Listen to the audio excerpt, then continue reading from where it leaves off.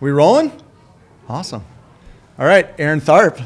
Hello. Hello. Welcome to the Passion Project. Thank you. I'm stoked to have you here. I'm stoked to be here. Super fun. Really, really cool.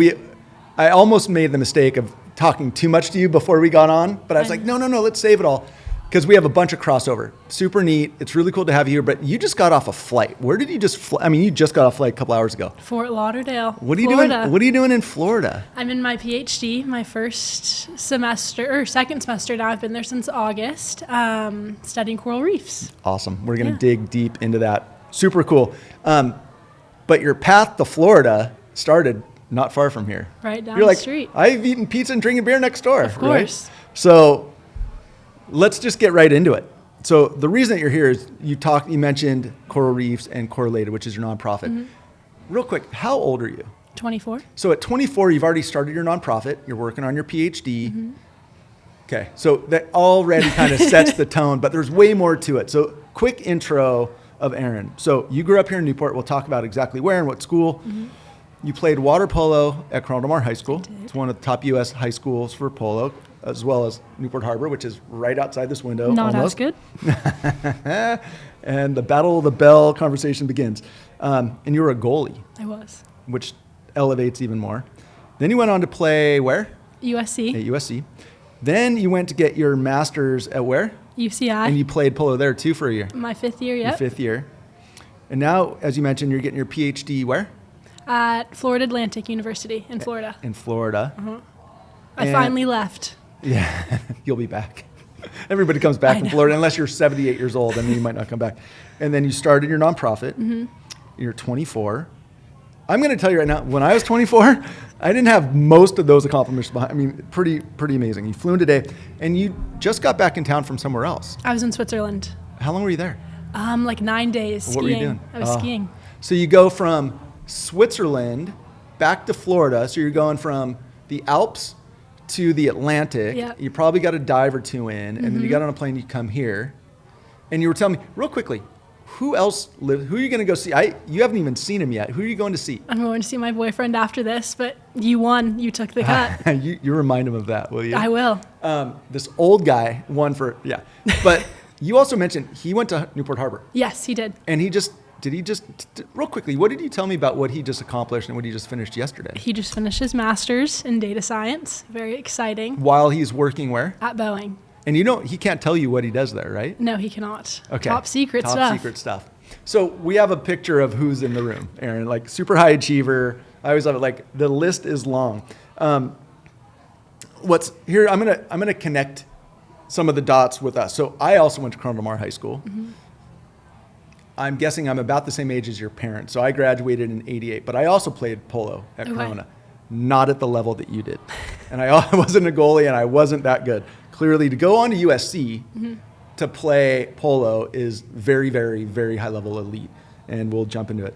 But you surf, you paddle, polo, and then you got into marine sciences. I did. And diving. Mm-hmm. I've got my degree in marine science, and I was a scuba instructor in college. So some fun crossover. Yeah. So when you start talking about coral reefs, and my youngest son's name is? Reef. So I love what you're doing, because I got my degree and then I realized I was going to have to go back and get my advanced degrees. And then I was like, it's just not for me. I had a dream of being Jacques Cousteau mixed with... Everyone does. Right? Everyone does. And then I realized it isn't going to happen. It's a lot of school. It's a lot of school. Luckily, I was the weird kid that used to cry when summer came when I was a little kid because I loved school so much. Wow. So I feel like I was built for this, but not a lot of people are because it's... Well, and you've gone straight in. I was going to ask you, you must love school because you went straight from one to the other to the other into your PhD program. Well, I would say I'm very task-oriented. And so when I was like, okay, in order to get the type of job that I want and to have the type of career that I want, I know that I need to get my PhD. Well, what do I need to do to get my PhD? I need to get my master's. And before that, I need to finish my undergrad. So it kind of was a natural movement through everything that I was like, I finished this one. Now I'm going to this one. Check that box. Now I'm going to this one. You've always been this way? Yeah, pretty much. I would imagine, and we'll talk more about it later, but when you play polo at the level that you did, it's one of the toughest sports, and you're constantly training. It's not like an on-off. You're on. You're either polo or swim. Yep. There's no turning that switch off. No. And as tough as it is, and the amount of time you're required to perform at the level that you did, like I'm guessing a lot of that, it'd be interesting. We'll talk about what comes first. Did the tenacity come first and you were looking for a sport that supported it, or did you learn a lot of that from polo? I learned most of that from polo, I'd say. I'd say that you're born with a little bit of it, and then the rest is just cultivated through sport. And that's why sport's so important, is that it's not just about going out and playing a game. You learn so many other skills from it. Like you learn time management, you learn tenacity, you learn to not give up. There's so much in that. Yeah. And what's really interesting is, this is not about me, but it just kind of frames it, because I played under John Vargas, and I played with guys like that you would know from the coaching side, like the Odings. That was the generation I was there. I was not fractionally near their level. I was very average, and I didn't love it, and the coach did not like me, and it was super challenging. So I actually hated it. And then I went on to sail and surf team and all this stuff, but it got me super fit, and it got me into lifeguarding, and that got me into prone paddling, and that's gotten me into all this other stuff I'm in. So had I not gone through that, I probably wouldn't be where I am today with the things that I'm passionate about. So even though at the time I hated it, it taught me a lot. Like I got very, very fit, and I got very, very good in the ocean as a result of hating water polo but having to play. But again, I played with people at your level, and I watched them go on, and all these names that we could talk about. And it was really fun to watch them, but I was never near that level. You're on the same team. You were there. You practiced with them every day. Okay, yes, thank you. I'll take that. Yeah. Yes, I did. So let's go back. So just because I'm curious, because we are only a few miles from where you grew up, what schools did you grow up going to? So I went to Annalise's schools in Laguna. What's that? Oh, I could go on and on about this. Give us 3 minutes. What is it? It was a very unique education growing up, where it's basically 3 schools in Laguna. There was one in South Laguna where I went for preschool, and then I went to Manzanita, which is across the street from Laguna Beach High. And then they have another school, Willowbrook, which is in the canyon. And this German woman, Frau Annalise, was the one that started these schools, and it was basically all just centered around art and really learning about the environment on a bigger picture. She was from Germany, and so at 5, I was fluent in German, Spanish, French. I knew sign language, and she wrote her own math textbooks. We just learned in a really different type of way. And in the Willowbrook campus, we had animals. So we'd take care of peacocks, we had donkeys, we had chickens and bunnies. And I think that from a young age, that type of education gave me such a broader sense of the world around me. And it was such a worldly education that's kind of how I fell in love with culture and the environment and things like that from such a young age. It was wonderful. How long did you go to that school? Until 5th grade. Yeah. Wow. It was really cool. What's really interesting is I didn't recognize the name when I saw that, but now I've heard about it. Yeah. I think we maybe even looked at it at one point for Reef or one of my other kids, but what a cool educational environment. Really cool. Totally different than mainstream education. Yeah, it wasn't mainstream at all. And one of the smart things that my mom did was that she was like, okay, like I love this type of education for you. They were big travelers, and so I would go off and travel with them for weeks in the middle of the school year, and Annalise would be like, fine, just write a journal about everything that you learn. And she would test me. My mom would test me every year at Harbor Day to make sure that I was up still with that level. And she was like, as long as you pass their tests every year, like I'll keep sending you there. And so I went every year until 5th grade. That's impressive, because it sounds kind of free form, and Harbor Day is not. Harbor Day is a local private school with a very high academic expectation. So even going through this kind of alternative education process, you still came out with a very high level. Yeah. Clearly, look what you're doing today. And I think that's where I started to love the environment so much, was that, we were gardening, and so you just had like a deeper sense and connection to the environment, and then slowly that led from just the environment in general to more of a marine side. But I think that starting in that way, I would say, was one of the biggest reasons and what I attest to falling in love and going in the path that I am now with marine science. Wow, that's so cool. You can tie it all the way back. Yes. That is so neat. And I'm thinking here, because if you know Laguna Canyon has a long, long history of very creative arts. All of Laguna does. And and animals. But I was like, you had animals on your campus? We did. Like, that's so cool. We literally had I love that. donkeys on our campus. They might have been. They were donkeys. That's so fun. Yeah. That's got to change everything. I mean, like that exposure to the environment and animal, like what a cool place. Like you have all these therapy animals at school. No, literally. Like we'd go play in the dirt and the mud. Like I remember one of my summer, because I was the freak kid that loved school. So of course I went to summer school. And one of the things that we did was we made like a whole slide just like out of dirt. We spent weeks just like digging and making this dirt slide for no reason. But it's like, I think now we talk about grounding and things like that. I was grounding when I was 7. Sure. Just playing in the dirt all day. And they totally embraced that. Not even embraced that, they probably reinforced it. It's like that's what they want. They want. It's interesting. I see stuff on my feed of like what the schools are like in Sweden and Norway and stuff, and it's very outdoor. It's like they're out in pouring rain, they're out in the snow, it's freezing cold, and they're doing like ice bath. You're like, man, there's something to there, that, right? Like we're all trying to do it like exactly. artificially now with grounding and ice baths and all this other stuff. Super interesting. I think you even said that your boyfriend has cryo as part of his job. He's like going to a cryo chamber. I don't know about it. I'm not going to say anything. But at the same time, okay, just funny. Why were your parents, like, how did that Annalee school come into, why was that important for your parents? So my mom grew up on a vineyard in Northern California. So she sort of had, I think, the same sort of childhood growing up outdoors, playing outside, gardening and doing things like that. And then my dad's just fallen in love with traveling, and he likes to travel to go look at animals around the world. Really? Which I think both of those, their interests combined, and then finding this school that was less mainstream, they're like, wow, this is really cool. Yeah. Like, my kid's going to go learn German all day and be fluent in all these languages, and then I can take her to these countries and she can speak for me. What a great combination. And so, it was just, I think that they liked the idea of doing things a little bit differently. Rad. Yeah. Have you retained those languages? How was it in Switzerland? Were you able to speak German? That was the really cool thing, was that I was in France watching the Olympics, obviously, to see some of my friends, and being able to, I was at dinner one night, and they're in France, obviously, so I was ordering in French, and then there was a German couple behind me, and they didn't speak English, and they didn't speak French, so I was trying to order for them. You were the interpreter? So I was trying to order for them in German, or hear what they were ordering in German, then say it in French to them, and then I'm talking to my American friends. I was like, this is kind of cool, I can do this. Your friends are like, hold on, Erin, what? How do you know? She's kind of cool. That's amazing. Yeah. So a little bit. I know a little bit. Enough to get by when you're traveling. Exactly. You still have, it sounds like you still have the travel bug because you were just in Switzerland. I still definitely. I have the travel bug. I was in Switzerland planning my trip to Bali in September. So have you been to Bali yet? I have not. Oh, it's some of the best. With your water background and your paddling, exactly. it'll treat you well. And there's a lot of yoga there too. There is a lot for sure. Oh, good. Don't ever stop the travel bug. The travel bug is by far one of the most important things in the world. Yeah. So very, very cool.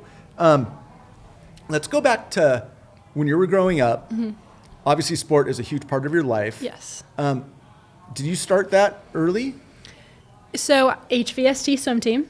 HVS. Harborview. Oh, Harborview. Harborview swim team. In the Port Streets. In the Port Streets. Okay. Yeah. They weren't called the Port Streets when I grew up in there, but so we have this community called the Port Streets or Harborview Homes, and there's 2 pools in there. Those are public pools, and they produce incredible. Yeah. It's an incredible swim program. I never did it. Okay. But they used to have diving boards. So I was there all the time playing on the diving board and all this stuff. But it generated most of the people that I played polo with that had a huge lead start, and that was really the difference. My friends that had swam on the Harborview swim team were super prolific, really, really strong swimmers.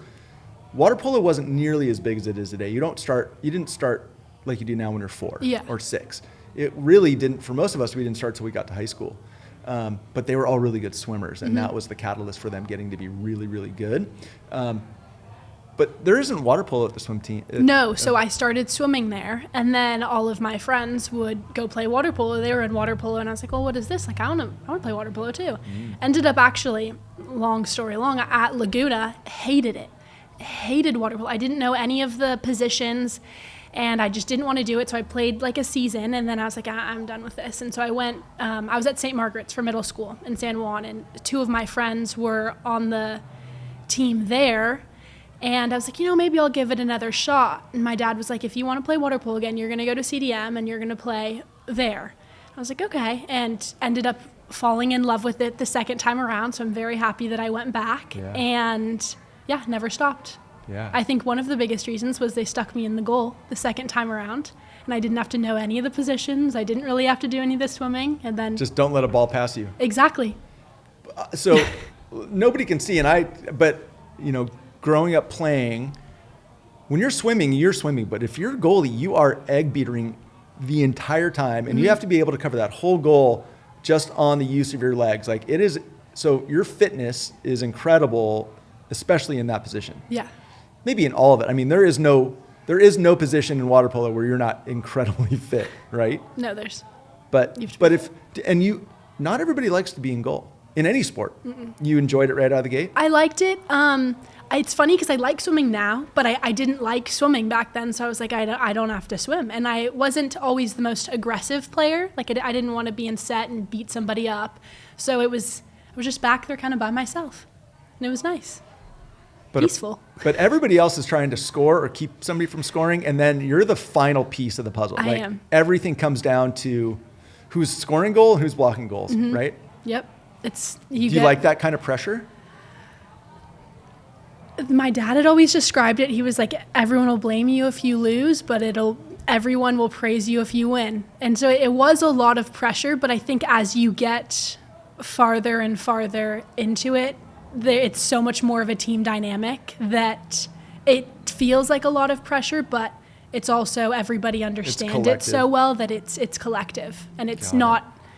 Everyone's smart enough to know that if a goal gets in, well, why didn't she shot block, or why was she even in that position? And so you don't feel as much pressure. Got it. But obviously, yes, if there's 2 seconds on the clock and you're tied for NCAA final, yeah, you're going to feel pressure. For sure. But everybody is at that point. Yes, too. exactly. Got it. So the way that you're depicting your parents is lovely. Like tell us a little bit about your parents, because for them to put you in alternative schools and then put you in St. Margaret's, which is 40 minutes from here. So they had a view of either education or what they wanted for you. I think you said I'm an only child. So they're like, Erin's going to be whatever, but exactly. But they sound really cool. Like dad was committed to really into traveling and so a little bit about mom and dad, because it sounds like they've played a big role. They have played a big role. I think being an only child, your parents play a big role no matter what. But yeah, they're just normal people. They delivered newspapers for the longest time, and then that kind of died off, and my mom opened a Dunkin' Donuts. Wow. So yeah, they just normal, everyday people. They just took a lot of interest, I would say, in me, but not in the way that you would kind of see sometimes where they're pushing you. It was just like, well, Erin, what do you want to do? And like, how can I support you to be the best at whatever you want to do? Rad. So it was, I loved my childhood. I have nothing really bad to say about it. Yeah. Awesome. So did you grow up in the Port Streets? No, I grew up in the Flower Streets in Shore Cliffs. Oh, you did? Okay, yeah. Got it. Beautiful. It's one of the premier communities in the world. It was nice. That whole area. Yeah, fantastic. So you're playing young, you're swimming, you end up at Corona.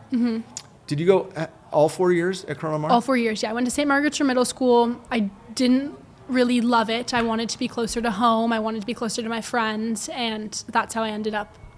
Got it. Ended up at CDM. And you loved it. Who was your coach? I had 3. I had Ross my freshman year, and then I had Kevin Ricks for sophomore and junior year, and then Justin Papa for my senior year. Oh, you had Justin. I grew up with his parents. Yeah.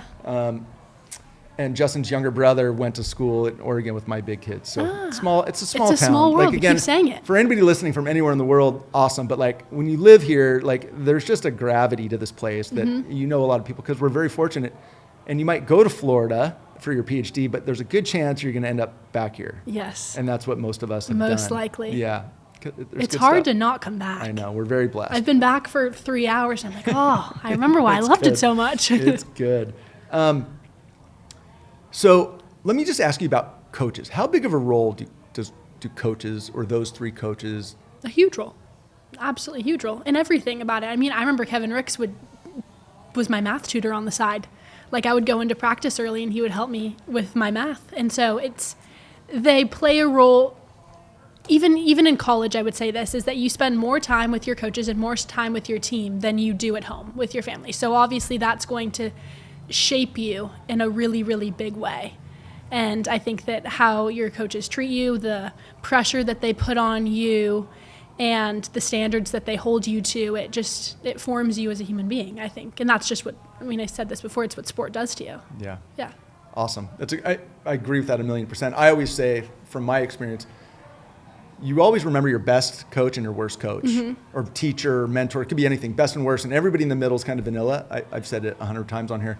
But the influence of the best and the worst is, in my opinion, incredibly formative in how you evolve and the kind of person you turn into, exactly. whether in life or in business or whatever you do. Because I always, in my head, I'm like, be like that one, not like that one. Exactly. Like, I never want to make people feel the way that person made me feel, and I always want to help make people feel the way this person does. But I think even to challenge that a little bit, you can take things from any coach that you get. And yes, you're the coach that you might have been like, I don't want to be like that coach, but they probably taught you a lot too. I think that they all teach you things about, they probably held you to a really, really high standard, or they might have been a hard ass on you. And it's all of your coaches can, I think, teach you some sort of lesson and help you along the way to becoming like a tough and resilient person. It's a really healthy outlook. I don't think I've. It's a really positive outlook. Yes, I try. It's very true. I think I've always been stuck on some of the bad ones, and but no, that's a super healthy. I had strong Jovan and Pinta at USC, so they were hard asses, and you had to find the positive in it all, and you can. Well, and that may be the difference between people that get to the level that you've gotten and people like me that like, I'm out. I'm going to go do my own thing, and I don't want to play team sports anymore. I'm going to do all my solitary stuff. Exactly. Or you play through and you find the good and all of it. Well, and that's even the type of thing where at USC I was really frustrated for a while because I wasn't getting the playing time that I wanted. And then you kind of have to look at it. You're like, okay, well, I can quit and I cannot be on this team at all, or I can change in my eyes the role that I play on this team. And it's like, yes, I might not be playing in the game anymore, but I'm going to be the best backup goalie that I can be. And I'm going to push the goalie that's getting to start in the best of my ability so she can be her best player. And I'm going to cheer the hardest on the sidelines for them because that does something for the team too. And so you just try to, I think, put the most positive outlook on anything that you can so that you can be the best for your team because you made a commitment to your team. So you have to be there. See, that's the mind of an accomplished team athlete right there. Thank you. Because it's easy for me to go, like, I can totally project myself and go, oh yeah, maybe if I would have persevered through that and proven, like, maybe they were just trying to challenge me, and that's why it was so tough, and I folded as opposed to double down. No, it's super interesting, and I would imagine when you don't get to the level that you have gotten without being able to, you're going to have some tough coaches. Call them tough versus, I would call them bad, you call them tough. Like it's a distinction right there. Back to high school, when did you know all along, like, were you good enough early on that you were likely going to be able to get into a good school as a way of... I pretty much knew that I knew that I wanted to play in college. I didn't know where. I ended up choosing between Cal, USC, and Harvard. Hold on. Which three? Which ones? Cal, USC, and Harvard.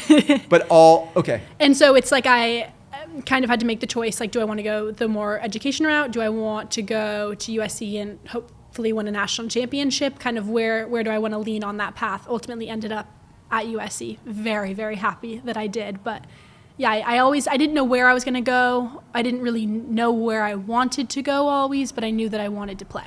Got it. Yeah. So let's talk about it. How did it go at USC? It went wonderfully, I think. I look back at it with very, very fond memories. Yeah. You were there during the pandemic, is that right? I was there during the pandemic. Yeah, that was my sophomore year. How did that impact you as a person, at school, and as far as sport and the team? And the pandemic was really hard.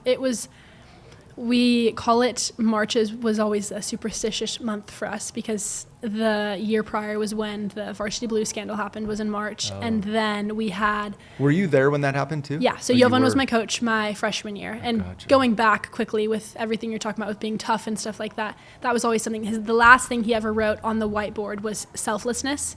So in our national championship rings, we all have in his handwriting engraved selflessness. Wow. And I think that that's where my outlook on team comes from too, was from him and the idea that you do whatever and you sacrifice for your team, no matter what your role looks like. But that's besides the point. No, it's not. That's the heart. Like, that's amazing. So you guys went through a lot of tumultuous times between that whole, the college scandal, which was hyper focused on USC water polo. Yeah. I didn't even think of that. And then you have the pandemic. At the same time, you guys have an elite program and you're trying to win. Were you able to, what happened to competition for those year or two? With the pandemic? Yeah. We shut down. So we shut down in March, and then we got all sent home, and then we came back, I think, December of the next year to start training again for that season. So they gave us, we all got another year of eligibility. Like red shirt, is that what it was? I don't know what they called it, but yeah, that's kind of how I ended up at UCI. We'll go to later. But so everyone got sent home, and then we came back for my junior season of play. How'd you guys do? We won. What'd you win? The national championship. Did you play? I did not play in that game. You no. did not? No. Got it. But again, it takes the whole team to get there. It right? does. It takes the whole team. How was that for you to be a part of that? Oh, it was wonderful. It was it's the culmination of so much hard work that it's almost hard to fathom. And it was a really cool experience too. So we won at UCLA, and we won by a pretty big margin. So we kind of knew all through the fourth quarter, we're like, okay, like, I think we've got this in the bag. We can't start celebrating yet. But yeah, when the final buzzer rings, there's absolutely no feeling like it. It's just such a weight off your shoulders, and you're just so happy and proud of your team and everything that you've accomplished. And especially, like you said, with having the varsity blue scandal and then having COVID, it was just the culmination of not only that year's hard work, but so much before that happened too, that I couldn't be more proud, and I couldn't be happier to have been a part of it. Yeah. Congratulations. It's an amazing accomplishment. Thank you. And it was against UCLA? So how, who's the number one rival with USC? UCLA. So how big? UCLA and Stanford. You would say That's Stanford, but for all sports in general, obviously, UCLA, USC is a huge game no matter what. Isn't it funny that let's go back to high school real quick. How was your high school water polo career? How did you guys do? We did pretty well. We never won CIF. You didn't? We Okay. did not win CIF. Now you make me think about that sorry, one. Oh my gosh. Salt in the wound. Just curious because the rivalry between UCLA and USC is not dissimilar on a much grander scale between Newport Harbor and Corona Del Mar High School. Yes, exactly. Where it's like, no matter the level of the team, you're always going to have a tough game. Yep. No matter how one team's doing that season versus the other team doing, you're going to show up and you're going to play your best. Yeah, So. for sure. And we call it Battle of the Bay. There's a lot of focus on that in this studio. They do Sunset Rewind. They do a ton of sports podcasts related to all the high schools. Oh, really? In this chair. So this studio really focuses a lot on Battle of the Bay. There's even a book that Jason has written. It's somewhere in here we could bring out, but it's really cool. It's about the history of the Battle of the Bay. Yeah. So, or Battle of the Bell. It's iconic. Again, if you don't live here, most communities have a good rivalry if there's more than one high school in that community, but this one goes back, next 50 plus years. Really, really cool. Okay, so I'm bouncing between sport and education because they're dovetailing. Yeah. So when did you know or determine or decide or fall into where you wanted to go with your education focus as far as the degree in marine science? That's or marine another thing I biology? have to give my parents credit to. Sadly, they're getting a lot of credit on this. They're going to be happy about that's this. That's good parenting. That's what they're supposed to do. So my chemistry teacher at CDM, Miss Kroger, I think was so pivotal that I cannot thank her enough. So she was a dive master. Oh. So she loved scuba diving and she loved to travel. And she was obviously a teacher. And so how am I going to put all these together? Well, I'm going to lead kids on a trip to go scuba diving and do marine science things on our spring breaks. And you would think, all your friends are going to Cabo in high school. And I want to go to Cabo with my friends too. And my dad's like, I think you'd really enjoy this trip to Belize. And I was like, I don't know. I don't want to go on a school trip for spring break. Like, I want to spend time with my friends, do something different. He's like, no, you should really, really go, and really pushed me into it. And after that, Life-changing? Absolutely life-changing. I'm here, I think, getting my PhD because of it. It was one of the most wonderful experiences. I ended up going to Thailand the next year, but what we did was we did a lot of seagrass restoration in Belize, and it was just, I'd never seen, obviously you hear about marine science and you think it's interesting, but seeing science in action at a young age like that is just, and seeing corals and just so much beautiful life underwater, and then seeing people that get to go do that every day, like how could you not want to do that too? And so I wasn't a diver at the time, so I was just snorkeling, like doing little quadrats, looking at what was underwater. So basically just putting a like PVC pipe underwater and looking at things. And I came back from that trip and I was like, Mom, I want to go get scuba certified. So she sends me to Laguna, I go get scuba certified, do all of that. And then I go to Thailand next year. And this is where I found it really, really interesting, was that the life underwater was so alive in Belize and it was beautiful and there was so much coral. And then I go to Thailand and I do a coral restoration project and you see so much dead coral. And it just looked so different and it kind of piqued my interest. And I was like, well, what's going on? Like, I don't understand. Like, how could this happen? And so then I come home from that trip and that's kind of where it all happened. And I was like, well, what is coral bleaching? Like what's happening to our underwater ecosystems? Like, why is this so important? And I just delved into it, ended up doing my Girl Scout Gold Award project on that as well. And that's kind of was the takeoff point for me, where I decided I wanted to do marine science and I wanted to dedicate my life to trying to save the oceans in any way that I could. Hallelujah. Thank you for doing that. Of course. I'm super, like, listen, just stepping back, how lucky and how cool to have your dad push you into it and you go and you have that moment. You're like, this is what I want to do. I love this. And what's going on? Like, I can't imagine that the impact of somebody that has gone to Belize and seen this incredibly alive ecosystem and go into this other one and it's dead. And you're like, a year later. Obviously it's not the same place, but still it's like you can't imagine something like that. You're like, that could happen? Like, I just saw this a year ago. Like, it's a fresh picture on my mind and now something very similar looks like this. And I would imagine you went down there expecting a very similar experience and you're like, whoa. And again, we don't have to get into the science of it, but well, we probably will when we start talking about what you're doing. But there's very clear reasons why that happens in environments like that, and that's what you're digging into. So when you started looking at schools were you looking at schools from a Polo perspective or from an educational perspective? At your senior year, we have these 3 incredible schools going, we want you, Erin. Did that come into play at all? It was solely water polo based. It was. And I couldn't have gotten luckier again with how things turned out and the resources that I had at USC, but I had no idea that we had a whole research base on Catalina. Like, I had no idea the research coming out of that program. Absolutely just went into it being like, I want to play water polo. I'm going to see what there is to do for marine science. Wow. But you knew that's what you wanted to do. Yes. But it didn't have any bearing on where you went to school. Nope. Wow. Pretty cool. Yeah. Well, there's a guy, we'll talk about him, that we both know from when I saw that you went USC and marine biology. I'm like, oh, Dave Ginsburg, right? Exactly. What do you call him? Deej. Yeah. So real quick, what's his role? He was my freshman year professor, and I did a lot of research out on Catalina, and he helped me with that as well. He got me scientific dive certified. He really set me up. He was the biggest aid and helper throughout my college marine science career. So rad. And I know him because he's a pro and paddler. Exactly. He's done the Catalina Classic a bunch of times. And ironically, he grew up here in Newport. I didn't know him, but he knew my wife when they were little. And there's a picture of them that was in the newspaper from like 45 years ago.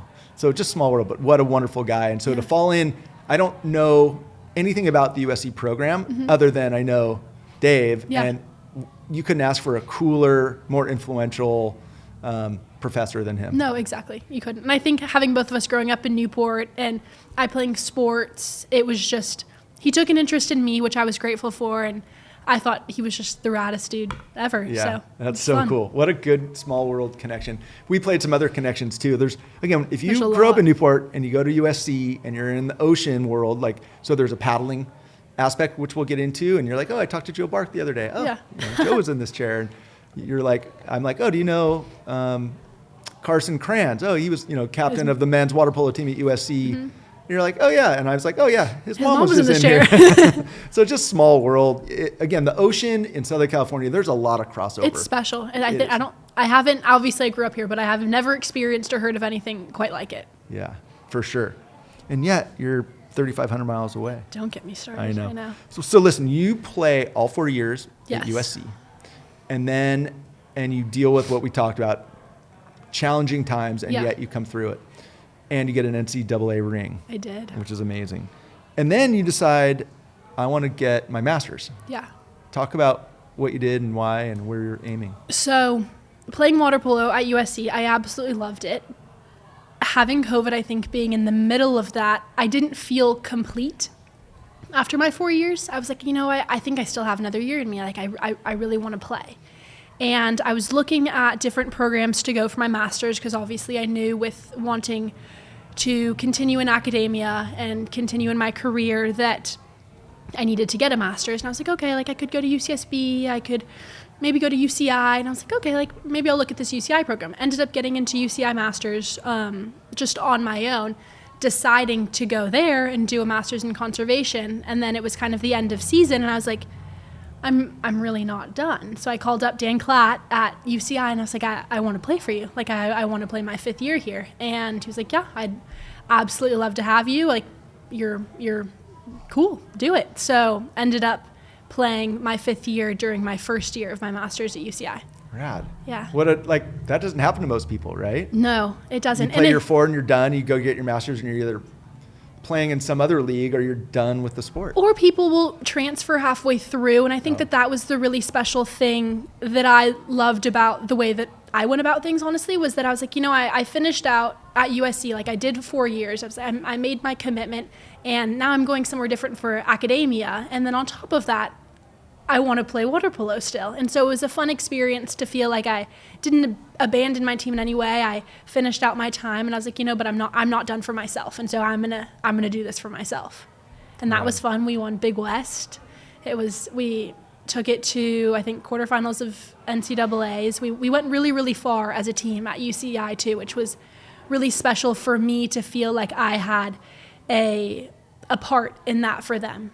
And even though I only got to play with them for 1 year, they welcomed me with open arms. It was just a wonderful experience. And it was cool to have a different experience on a different team and see how other people operate. Did you see much of a difference between the programs? And yes, there was. There's a reason that USC is here. There was just the resources that are provided. Mm-hmm. This was probably one of maybe not the best experiences that I had, but the resources provided to USC are just immense compared to any other program. I remember it was my first day at UCI and we finished practice and I was like, hey guys, so do you guys want to go get breakfast at the athlete dining hall? And they're like, well, Dan has bagels for us and things like that. And I was like, oh, because I was used to kind of the immense welcome that obviously being taken care of at USC is. But it's just a testament, I think, to UCI to be able to go so far and do so well without the resources that a private school like USC that is huge in sports is able to do. Yeah, so it was no one experience was worse or better than the other. They're just different. Yeah. They're very, very different. And I mean, can you blame anybody for wanting to go to UCI and live on the peninsula? It's one of the best experiences there is. I think I told you that my wife went UCI undergrad and then USC grad. Yes. So inverse of you. Exactly. And then we all lived on the peninsula, which you did after school. Yeah. So you lived, I think you talked about it, or with me personally beforehand. When you came so you lived on campus. When you're playing at USC, you're probably living on campus. You live on campus your freshman year, and then you live walking distance off campus. So it's not far at all. Got it. But when you come to UCI. When you come to UCI, you get to live on the peninsula, which was a wonderful experience. Yeah. I was on 46th on Seashore, with steps from the beach. It was absolutely wonderful. I couldn't be more thankful again to my parents for not letting me back in the house. They truly didn't let you come back to the house? They did not let you come back. They're like, Erin, you're an only child. We got rid of you. Like, there's absolutely no way we're getting you back here. I'm going to use that on my kids. You should. That's good. I may have to. We'll see. Okay, so we're going to keep going, but we'll get back to the ocean and some of the other stuff. But so when did you determine that you wanted to go and get your PhD? Again, goal-oriented. And I was like, I think I want to become a professor. And I was like, well, what do I have to do to become a professor? You have to get a PhD. And so that's kind of where that led to. And I think I always had it in the back of my mind. Coming out of undergrad, I had the idea that I was going to go straight into a PhD program.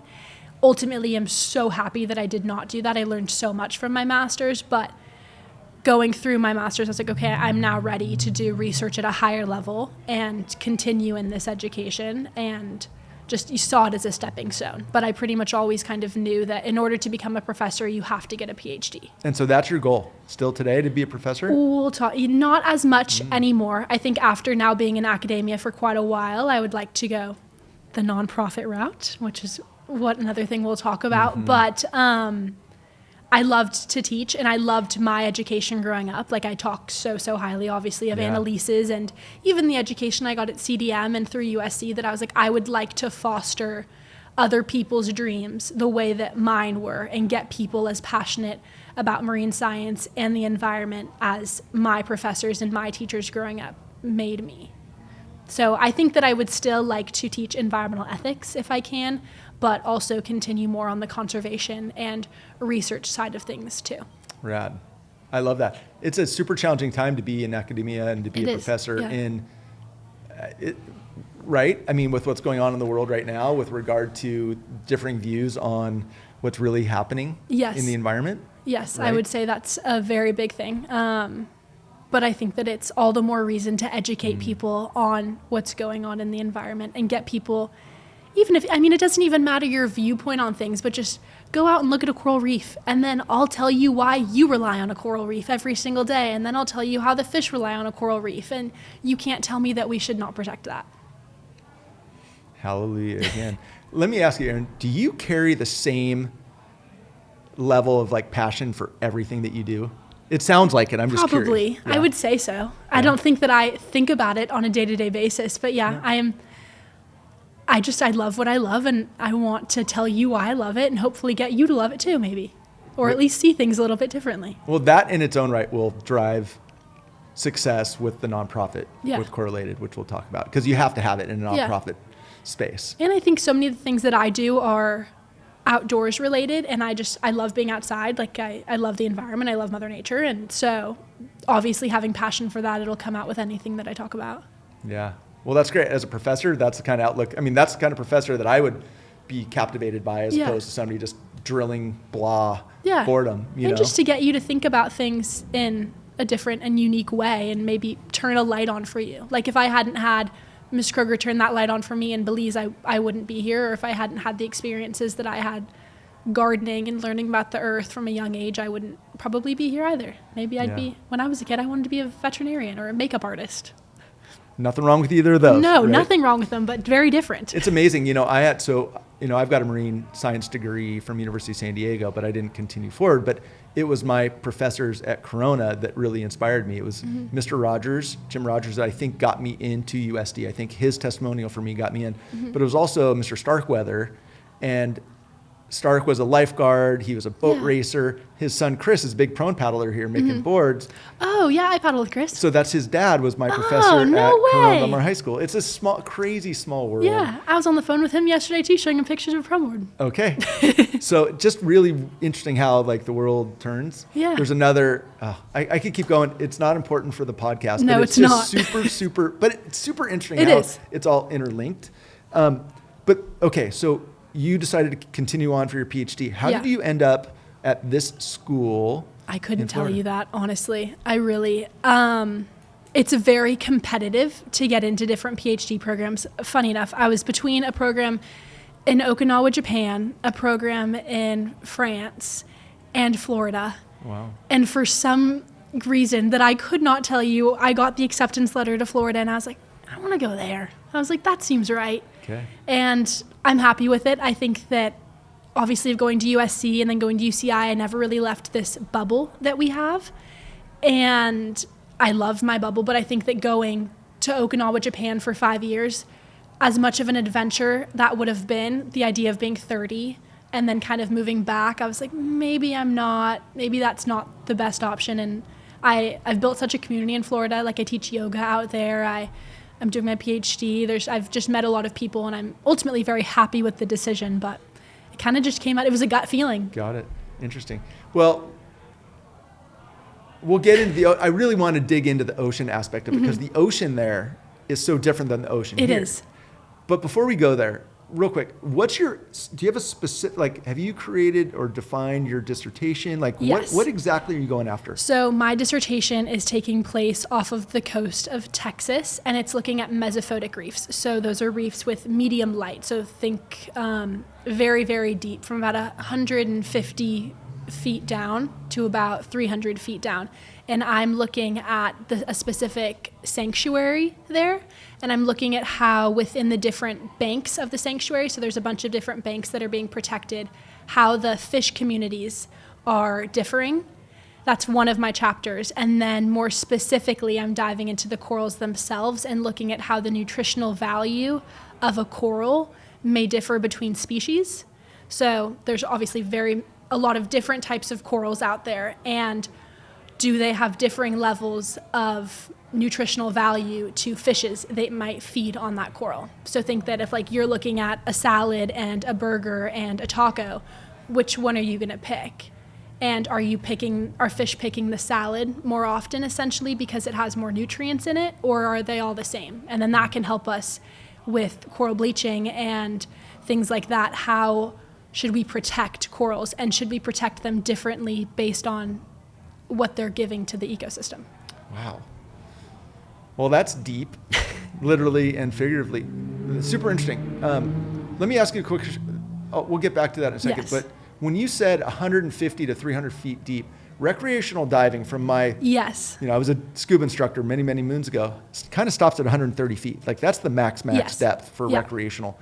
You're not going down 150 to 300. I are am you? not yet. I may later on in my research, but right now I just drive a remote, or someone else kind of does it. I look at the video footage. Less exciting right now. It'll get more exciting, I promise.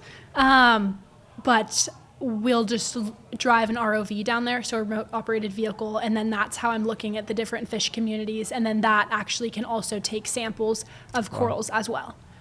But there are people in my lab that do dive that deep, but it takes a lot of training. Yeah, for sure. You have limited amount of time down there. Well, that's the hard thing, is that a lot of the dives that deep will be like an hour and a half long, even longer sometimes, but your bottom time's 15 minutes. Yeah. It just takes that amount of time to get down and then come back up. Yeah, for sure. Interesting. And yet you can get the information you need from the ROV. Yeah. Got it. It'll be really interesting to see what you come up with. How long is the program? As long as it takes me, but probably about 4 years. 4 to 5 years is my wow. goal to finish in. Yeah. That's longer than I realized. I thought It's quite a long time. That's why I'm saying not a lot of people really go to this amount of education, and it's tough in marine science specifically because the PhDs are so long, and then you get a master's before, and then by the time you're walking out ready to hit the world, you're 30. Yeah. At the best. Yeah. And if you don't want to be like, and then again, we don't need to nerd out on it, Yeah. but it's just curious to me, like what profession comes from a 5-year PhD in marine biology, where you can take that, or where you think you can. So most people can do just fine after a master's, but the way that I viewed it was that I didn't want to have any doors closed to me. Like I wanted to be able to do wherever my passions took me, I wanted to be able to do it. And so getting a PhD just opened more doors. And I was like, oh, I want to do research, so why not continue on and do a PhD and then see where that takes me? And then with the idea of being a professor, yes, you can be a professor at a 2-year college, but most with a master's, but most professors have a PhD. So that's kind of was my driving force to doing it. But if you want to work for NOAA or any type of government organization, non-government organization, you don't necessarily need to get a PhD, but a lot of people do and are finding that more doors are open to them when they do. Well, if you're such an underachiever as you are, my goodness, the number of things that you've done, it's so cool. Like, it's really impressive, Erin, Thank what you. you're doing and how you've done it still at 24, and you're already in your PhD program. Okay, now it brings it back to the ocean. We talked Yes. about the pool. We've talked about education. Bring back the ocean. Okay. When did the love for the ocean start? Did it start with that trip to Thailand, or did it start with your folks or here at the beach? Like, I think it just started growing up in Newport. That's what you do. You go to the beach with your friends. I kind of thought about it as a kid. I was like, well, if I lived like in Utah, what would I do with my friends? Like go to the movies? But you go to the beach. Like it's, so I think just growing up here, seeing everybody, like watching my dad surf, it's It's what you do. It's just what you do. It's what we do. Yeah. Yeah. Got it. And when did, I think you actually talked about it, there was the love for the ocean, Mm-hmm. but when it shifted was that trip? Yes. That high school trip? Yeah. And that's kind of where it shifted from just loving recreating at the ocean to being like, I love the ocean and I love what's underneath the ocean. And seeing from my travels, I think too, is that we're a little bit disconnected here from the reliance on the ocean. And that was like a really big piece that kind of captivated me, was that so many people in so many other places directly rely on the ocean every single day. And we go to the supermarket and we get fish, but we don't really think about where that was sourced from. And so when I kind of took that turn with being like, okay, I love the ocean, but I also want to protect it. And why do I want to protect it? Is that you see all of these people that if our oceans die, they don't have dinner. And that was a really, really big piece where I was like, I want to do this for me, but I also want to do my best to be able to protect it for all of those people on those small communities and those small islands that they're not the ones that are doing most of the damage. And it's not our fault, we don't know, but we are, but it's affecting them first. So kind of bridging that gap was really, really big for me. Yeah, so if you travel to second and third world countries, the fish you're eating is coming right off the boat. It's like the Dory fleet here in Newport would be the only example of really going and catching it and selling it on the spot. Exactly. But that's the way most of the world works. And that's like, we see people, off at Blackie's, they're fishing, and some of them are fishing for their food, but they can go to the grocery store and get their food. But if you're in Micronesia on Yap Island, no, they can't go to a grocery store. They don't even have phone service there. But what we do every day, driving our cars and things like that, that's affecting their ability to have dinner. And so I think that not only helping them, but also just educating us and educating everybody in the world about, like, let's get back to our roots and understand where it's coming from, and having a better appreciation for what's on your plate and knowing where it came from.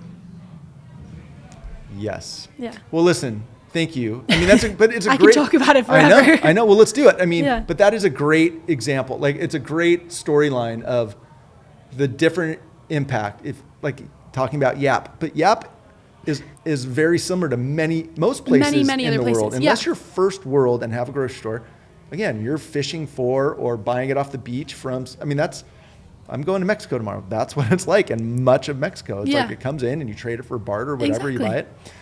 And so that's when the world gets really small. When actions of first world countries or individuals thousands of miles away or more can have a direct impact on someone's livelihood somewhere very, like, out of my mind and out of sight. Exactly. Right? Wow. Well, okay. It's a perfect entree to Coralated.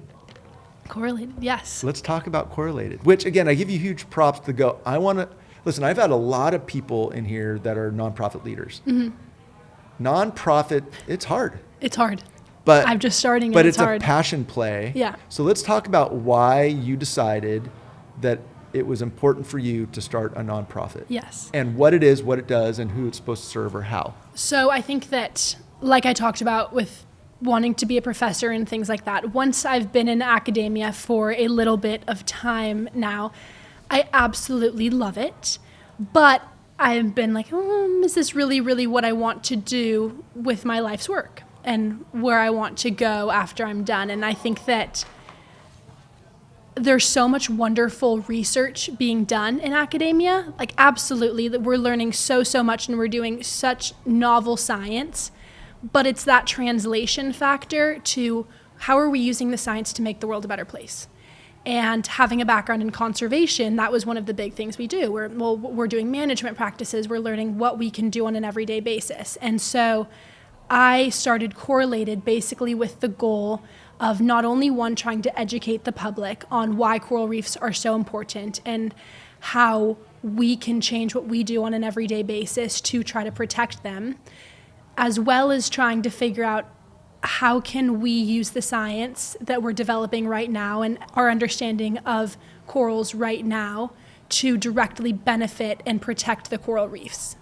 But then on top of that, not only protect the coral reefs for their own intrinsic value and why they're important because they're a part of nature, but also let's protect them because we rely on them. Like, they have an economic value of $375 billion a year, 37 of those being just in the tourism industry. Wow. Like, they protect, I can go into the facts, they protect 90,000 miles of shoreline. It's just what they do. 100 million people rely on them for their fish that they eat.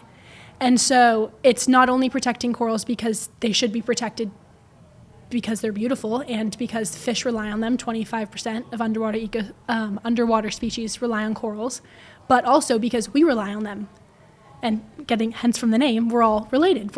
It's correlated. And so trying to figure out how we can not only protect them, but also balance that protection with figuring out how we can still utilize them enough for their economic value to us.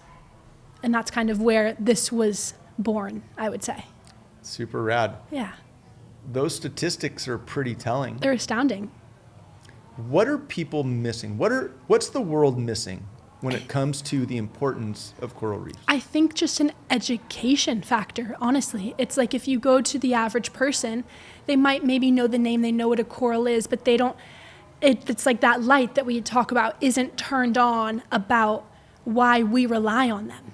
And I think that that's just such a, they're small, and yes, they're beautiful, but it's like you just look at them when you're snorkeling or when you're out free diving and you're like, okay, yeah, I know what that is, that's a coral, but you don't understand how that small thing has such an importance to the ocean in general, and then obviously how we have such a reliance on the ocean in general.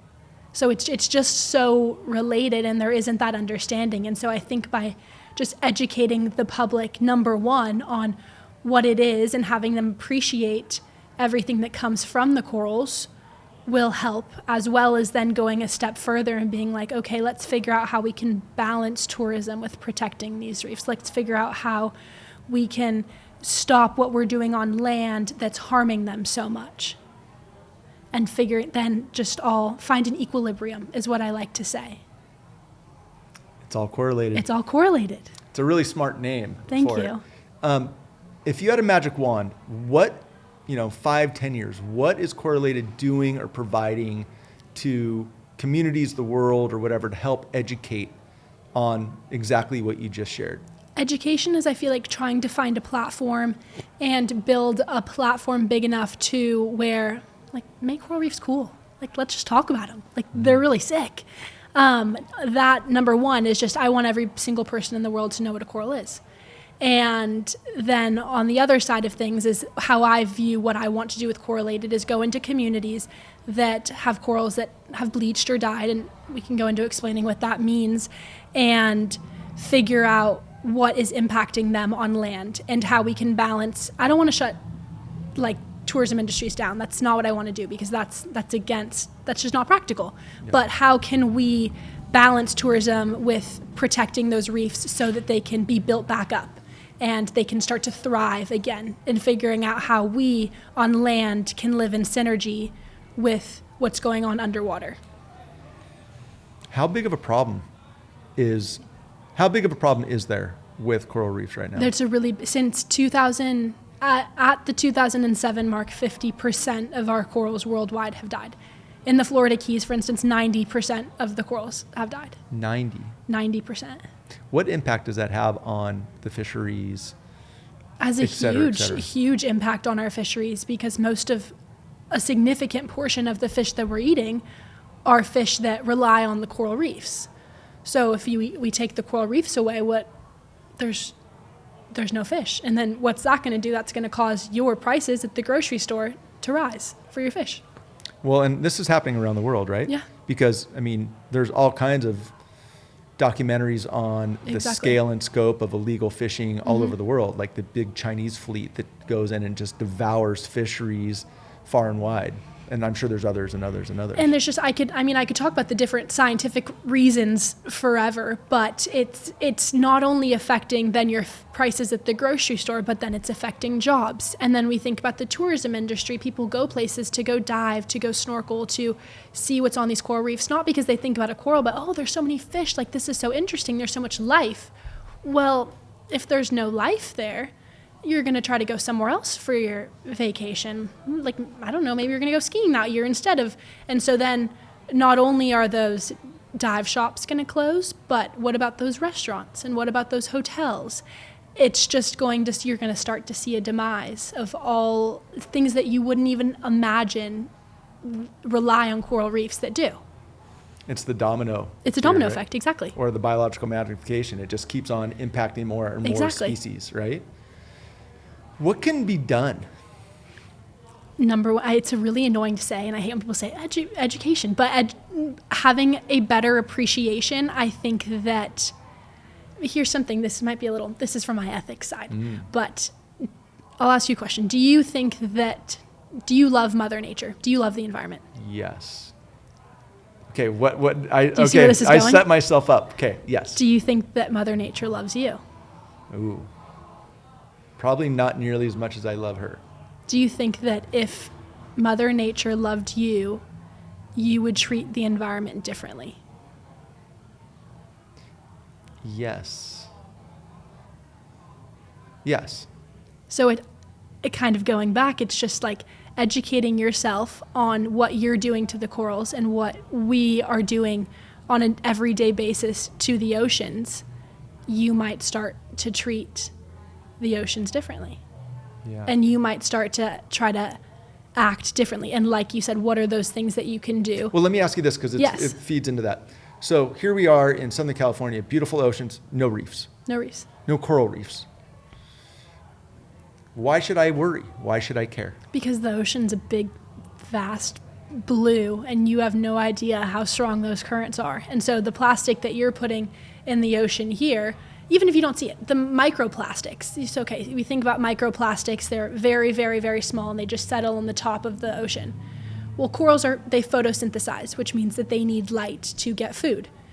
They can't photosynthesize with the microplastics on the surface of the ocean. Really? There's studies coming out that are saying that there's an effect on that. And so things that you don't even realize exactly are affecting it are. And the nutrients and the fertilizers that are running off here, well, they're going to go somewhere. And yes, you might think that they dissipate, but no, everything that we're putting into the ocean here affects the corals. And on a larger scale, carbon emissions, they say that we have two lungs in the environment. You have the rainforests, and then you have the corals. And so they're a carbon sink, which means that the ocean intakes carbon. And so when you're driving your car here, the ocean's intaking that carbon, and that's changing the pH of the ocean. And then that's affecting the corals because they need a less acidic environment to have that shell on the outside. So it's very grand, and it can seem daunting and overwhelming when you talk about it in this sort of way, but I think it's just being more conscious about things that you can do every single day. And it doesn't seem like much, but that's why I think that the education piece is such a big factor, is because if people talk about it and just having a bigger and better appreciation for the environment and for the corals and for the ocean, you will start to do things that you wouldn't even think about. It just becomes natural. Yeah. Yes, thank you. I mean, I'm just thinking here, like, I'm thinking of how to get to the meat of this, because how do you educate people in Southern California that it really is anything they do, whatever they're putting on their garden or the plastic, like, it all does have an impact. It reminds me of in like the human biology, like what happens in your foot really does affect what's happening in your brain, right? Yeah. Like everything's interrelated. Yeah. In the oceans, we know, I mean, especially those of us that spend a lot of time around the world, very fortunate, you see trash everywhere. You see trash everywhere. It's not, it's not being generated on any of these little islands in Micronesia or Indonesia, but it's all there. So it's just an incredible amount. I've had a number of environmentally hyper-focused people on the podcast that talk about the sheer volume of stuff going in. Don Meek with the New Earth Project, they do incredible work trying to change the packaging Yeah. in the U.S. because we know that that's causing a lot of it. I thought with USC about that too, about in our environmental dining halls. We changed it all to cardboard, thank goodness. But yeah, there's just so many. It is so daunting, and that's why it sucks, for lack of a better word, to hear people say like you just have to do your part. But it really, really does make a difference. It really, really does. And if everybody had the same education on what was going on and everybody did their little part, it's monumental. It really, really is. Yeah.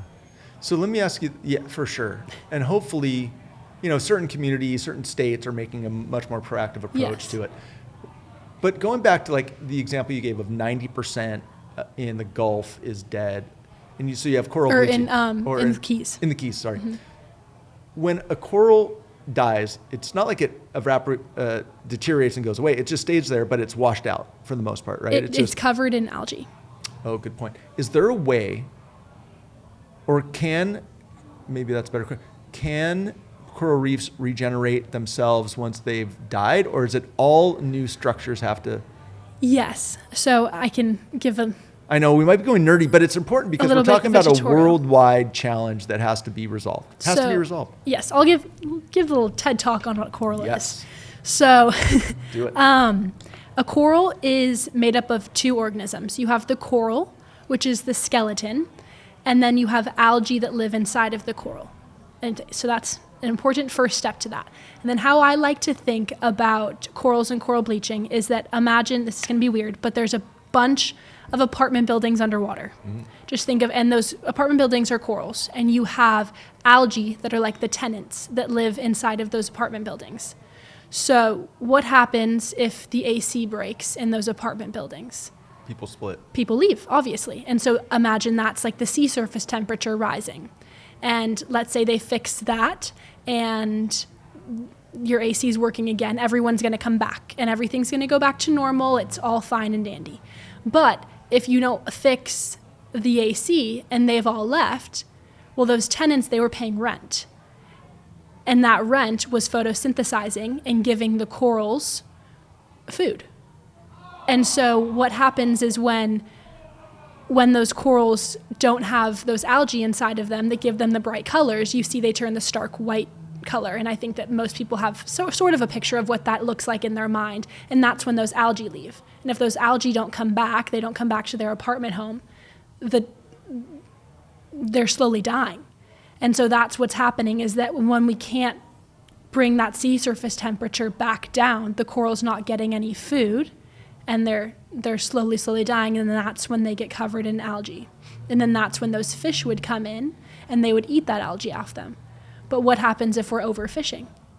Yeah. Then there's no fish there to eat that algae, and then it's just going to get covered in rubble. So everything's out of balance. Everything's out of balance. And because it's a very symbiotic relationship on coral reefs. Like exactly. You can see it. Like it has created over millennia these relationships between fish and specific animals. And you think of sea anemones and the fish that are, what's the word? They won't be impacted by them. Like they can, like there's just so many things that happen. Oh yes, yeah. So people use. I mean, yeah, you don't, not people, but organisms use the corals not only for food like the fishes do, but also yes for habitat, for protection, anything like that. Got it. So the goal of Coralated is to educate the world about this topic exactly. The goal of Coralated is to educate the world on this topic and to find a way to balance ecological health with the economic importance of coral reefs. Hallelujah for the third time. What will it take? What do you need to get the message out, to really turn the engines on at Coralated to do this work that's so necessary? Need people to talk about it? How do you what's the path? Coming on a podcast like this. Okay.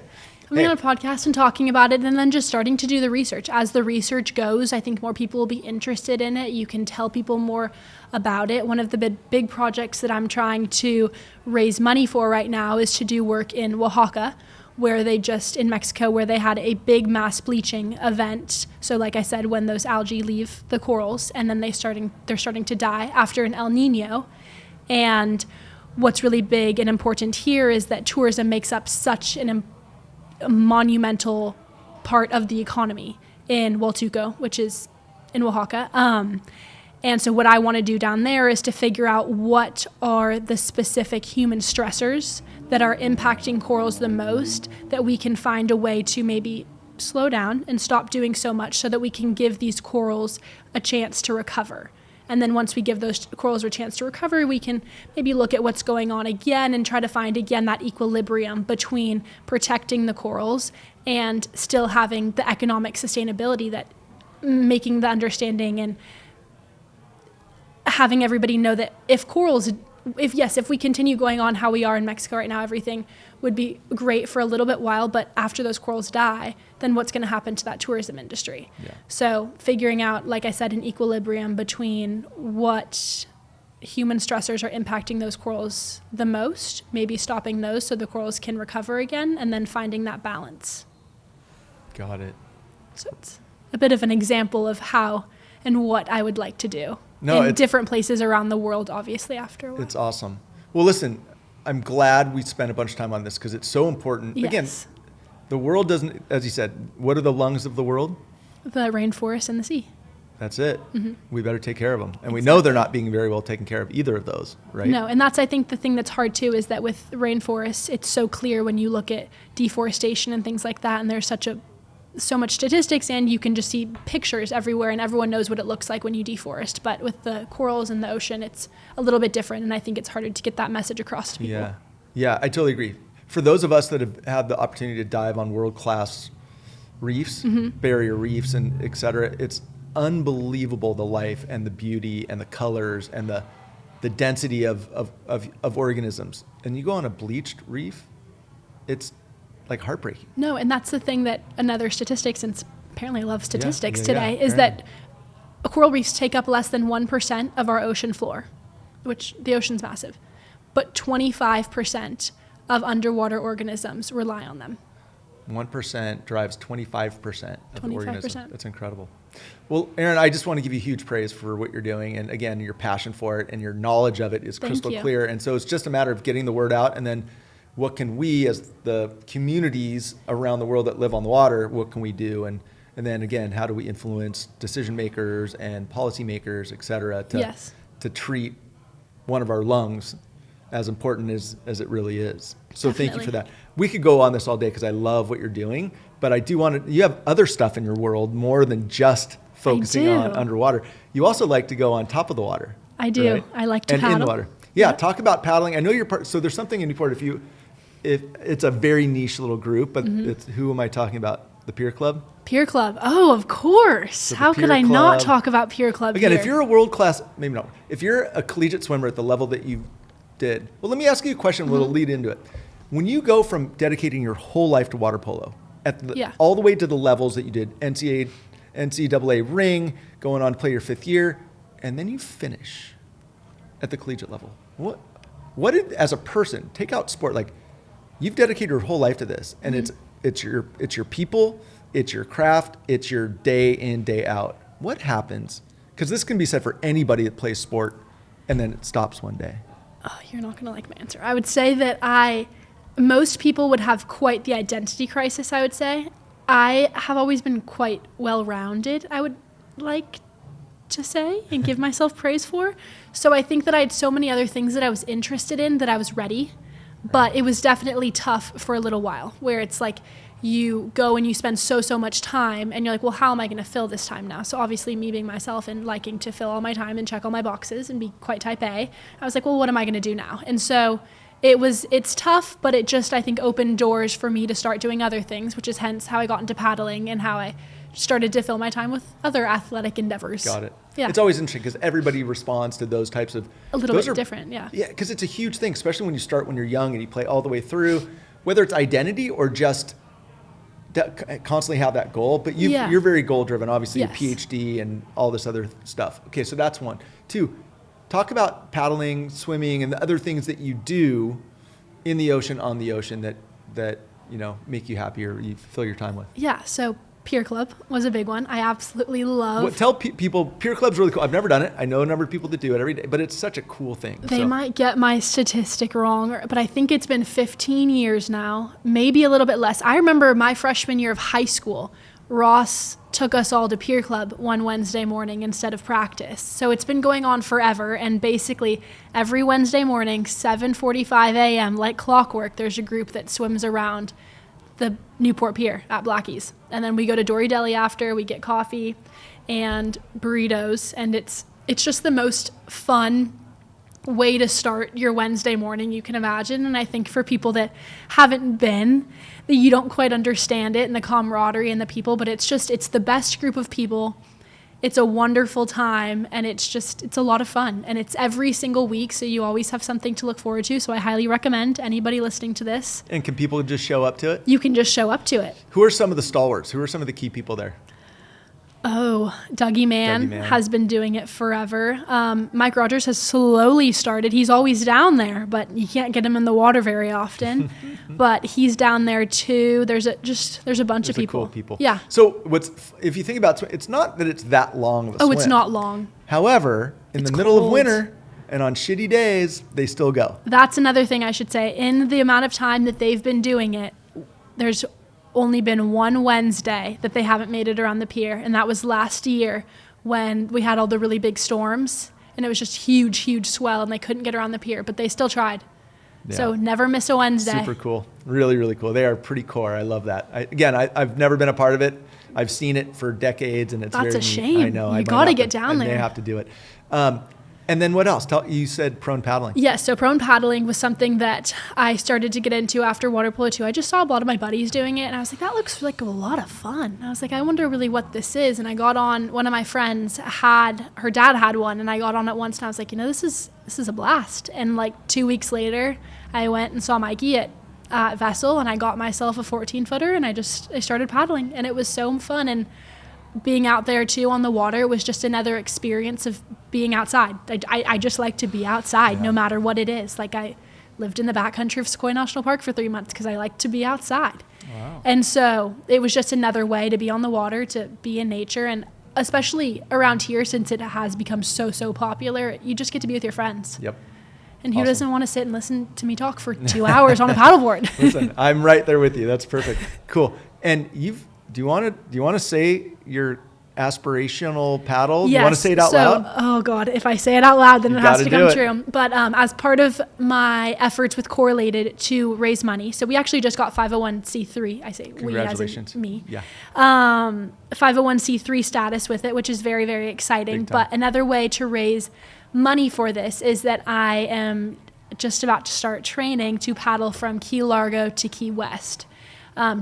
Just to, I guess, document. How far? 100 miles. Okay. Not in a day. I would like to do it in 3 days is my goal. I bet you'll have friends from the West Coast fly out to do that with you. I think so too. Mike already said he would, which would be great to have him on board for this. But to talk about the fact that 90% of our coral reefs have died in the Keys. And so why not go paddle that whole stretch and tell people about it?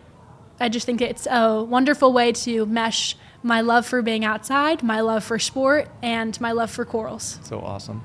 What are some of the different creatures you may see in Florida versus California water? That's another reason that the paddling had stopped when I moved here originally, was you've got the gators, you've got the bull sharks, you've got some sea snakes in there, you got some hammerheads. It's a different environment. Tiger sharks. The worst one is the fact that I know that I'm going to start training for this, and it is bull shark breeding season. Oh. So you're going to get all the babies in the lagoon with me in the murky water, so you don't know they're there until you... Isn't there some clear water you can go train in? Yeah, but then you'd actually see them, and I don't know what would be better or worse. Yeah. That's like surfing down there. It's like I'll get up and I'll look down, and there's about 6 bull sharks under me, and I'm like, if I fall off my board right now, I'm toast.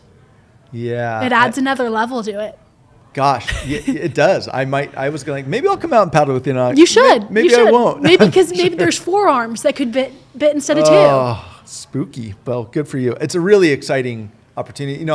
When you mentioned this Florida paddle. Yes. It made me think of Larry Capune, the legend Yeah. lifeguard from Newport that paddled the whole eastern seaboard and ended up at the Kennedy estate, Kennebunkport, and they took him in. Like iconic historical paddler from Newport. Really, really neat. Listen, over and above all this, like you're such a high achiever. I love all this stuff. Did you write something? Yes, and I've also wrote a children's book quite recently called The Adventures of Lenny and Lily, which is another way of trying to educate people on coral reefs. And it is a children's book about two kids, Lenny and Lily, who live at Wedge, and they drive magical bicycles down the boardwalk and end up at the Great Barrier Reef with their dad, and they go around to all of the different parts of the reef and get toured around basically by a stingray named Stan and learn about why coral reefs are so important and what they can do back home in Newport to protect them. How cool is that? Yeah. Okay, I think that's rad. I want to get it. You said it's in between. It's being So it was on right now? Amazon. Long story short, basically, I wasn't happy with the way that it was printed. So I'm reprinting it now hardbound, and it should be out pretty soon. And I'll give you a shout when it's out there. I'd love to put that out there because I want a copy of it for myself. Really neat. And then, has anybody picked up on the number of things this gal has done? It's really incredible. I like to stay busy. I can appreciate it. You certainly do. Listen, there was one other thing that you talked about that for at least a block of time was really important for you to put out in the world. Yeah. Do you want to talk about Ed? Yes. So one of the things that we touched on too with when COVID happened was you spend so much time in sport and you obsess over sport and what you can do at practice. And it just takes up so much of your time that when something like COVID happens, there isn't anything to think about anymore. So what happened with me was that I started obsessing over food and ended up with an eating disorder. Thus, Ed. I wrote a lot of articles you can find online about breaking up with Ed, basically. But it was definitely something that I grappled with and struggled with for quite a long time, was just where do you put your energy after you're done playing your sport? And I think that a lot of people have that same thought, is that food is always fuel. And you need it to get through practice and you need it to get through a big game. But what do you do as a normal human? And how do you eat as a normal human? And then having those obsessive thoughts about that tend to snowball into something that can produce into an eating disorder. And it was something that I overcame, and I am very, very happy to be on the other end of now. I don't think that it ever really goes away, but it was another platform that I found myself trying to speak upon, where it's like you should never be ashamed of a struggle that you go through. You should just be proud of how you walk through it and come out the other side. And so what I tried to do all through college, and I still am a really big proponent of now, is just everybody should know that they are absolutely beautiful no matter what they look like. And you see food as something to appreciate. And again, how I looked at it and got through it was seeing food for what it is, that it came from the earth. And as long as you're eating food that Mother Nature is bringing you, or the oceans are bringing you, or the land is bringing you, you're okay. And you can eat as much of it as you want. And you should just be so thankful for your body, no matter how it looks, because everybody's body is beautiful and everybody's body is different. And that's what makes it so beautiful. And just appreciating you for your uniqueness and for exactly how you are. And that was how I think I recovered from that, and how I like to think about it now, and how I like to share that message with people now too. Thank you for sharing that. Yes. I'm sure that's tough to go through. The article I read was really impressive. Thank you. But you just really did a great little dissertation on your outlook on it. Yeah. And it's really, I think, well presented. So kudos to you. Listen, the amount of stuff, without blowing too much smoke, like it's really impressive to see people that are super high, not just high achievers, but like you just have a vision for what you want to do. And like the passion comes through crystal clear, and your positivity behind it all, even in talking about Ed. Yeah. Like it's really like super impressive, Erin. Like I really give you big credit. It's really exciting to see where you take it all. Because I mean, I can tell, like, I don't know what I know you like to work backwards into things. I can only imagine what next is on your list after your coastal paddle, your PhD, Coralated, the book comes back out. Yeah. it's really, really cool. Don't ever stop. It's I'm really excited for it. It's important to have your type of message in the world. You're a great messenger of it. Thank Whether you. you're talking about not just why we need to do things, but how it all connects. And in this case, it's both food and the lungs of the world and everything else you're doing. So I just give you have a very mature outlook. Thank you. But a really great way to present it. Thank So you. No, thank you. Because honestly, with the without sounding too morbid, like the world's always a challenging place. Every generation's like, Yeah. but like we really are leaving some big challenges for your generation. We I are. talk to my kids about it too. But we need people like you that have a passion and a vision and platforms Yeah. to pursue it.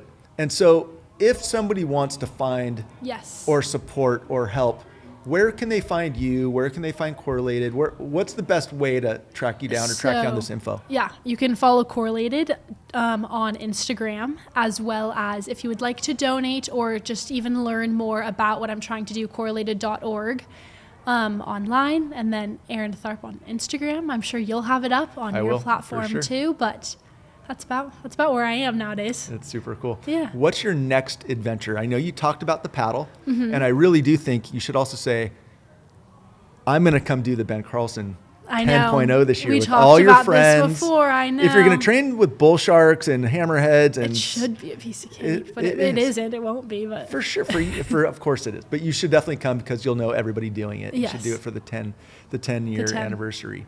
What else is on your list? oh, I don't know. Well, I want to go to Bali that's right. in September to go do some yoga. Get They've got some world-class diving in They've got some Indonesia as world-class well. diving. Obviously, They've- world-class surf. Yeah, you can't surf that. I'm on my longboard. I'm on my 9 too, and that's where I'm That's happy. okay. But yoga, definitely doing all of that. That's basically, Coralated's my baby right now. It's what I'm trying to do. Trying to focus on that, trying to focus on my PhD, and just see where it takes me. As for travel-wise, yeah, Bali. I want to go to Cambodia. It's another big one on my list. So just out and about. Outstanding. Well, Exactly. listen, don't ever stop. Super impressive. Thank you for coming and sharing the story. Really, really cool to have you here, Erin. Yeah. Proud of you. Thank you. Thank you. Thanks. Awesome. We did it. We did it.